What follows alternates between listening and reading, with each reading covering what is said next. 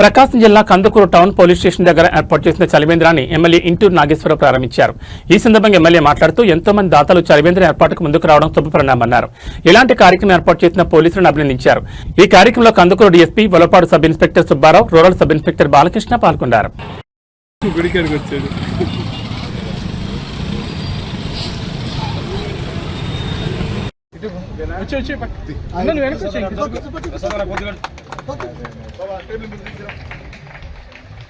Cooling ఉన్నాయా?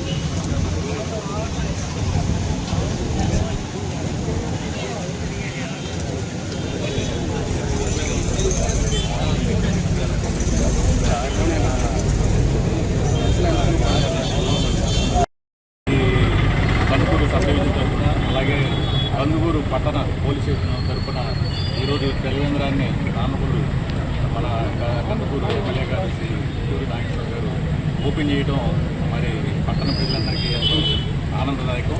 దీనికి సంబంధించి ప్రజలకి ఈ రోజు ఎండ అనేది విపరీతంగా ఉన్నది. అలాగే దాదాపు 40 డిగ్రీస్ 41 డిగ్రీస్ పైనే మనకి ఈ ఎండ ఉన్నందువల్ల మన టౌన్ యొక్క ప్రజలందరికీ కూడా ఉపయోగపడడానికి ఈ రోజున ఈ మజ్జిగ అలాగే చలివేంద్రాన్ని మంచినీళ్ళు అలాగే ఆ ప్రజలందరికీ అందించాలని ఉద్దేశంతో ఇది టౌన్ పోలీస్ స్టేషన్ పరిధిలో ఏర్పాటు చేయడం జరిగింది. దీనికి మన టౌన్ సిఐ గారు అన్వర్ పాషా అలాగే టౌన్ ఎస్ఐ నాగరాజు చేసినటువంటి కృషి ఫలితంగా ఇది ఏర్పాటు చేయడం జరిగింది.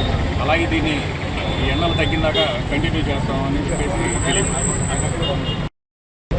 వేసవి రాగానే గుర్తొచ్చే చలివేంద్రాలు మన పట్టణంలోనే చాలామంది దాతలు కూడా ముందుకొచ్చి ప్రజలకి సౌకర్యార్థం చలివేంద్రాలు ఏర్పాటు చేయడం కూడా జరిగింది. ఇంతకుముందు కూడా ప్రతి సంవత్సరం కూడా సమ్మర్ రాగానే చలివేంద్రాలు ఏర్పాటు చేయడం లేదా ప్రజలు అలాగే ఎవరైతే రహదారుల్లో వెళ్తూ ఉంటారో వాళ్ళందరూ కూడా దాహం తీర్చేదానికోసం ఒక మంచి కార్యక్రమం చేపట్టడం చాలా సంతోషకరం.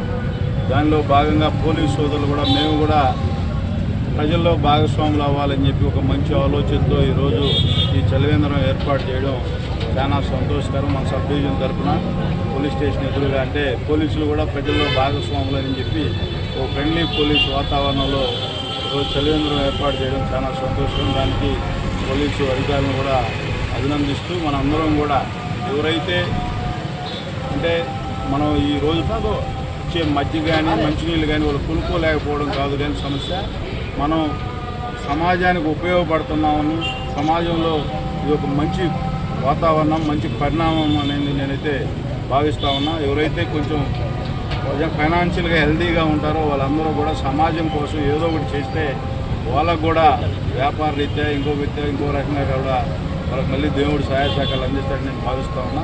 అందరూ కూడా ఎటువంటి కార్యక్రమాల్లో భాగస్వాములు అవ్వాలని చెప్పి పట్టణ ప్రజలు కానీ పట్టణంలో ఉన్న వ్యాపార సోదరులు అందరూ కూడా ఇటువంటి సంక్షేమ కార్యక్రమాలు ఇటువంటి మంచి కార్యక్రమాలు అందరూ భాగస్వాములు అని చెప్పి నియోజకవర్గ ప్రజలకు అందరూ కూడా సహాయ సహకారాలు అందించాలని చెప్పి సందర్భంగా ఇంటే ఈరోజు 40 డిగ్రీస్ టెంపరేచర్ అంటే మామూలు సామాన్యమైన టెంపరేచర్ కాదు.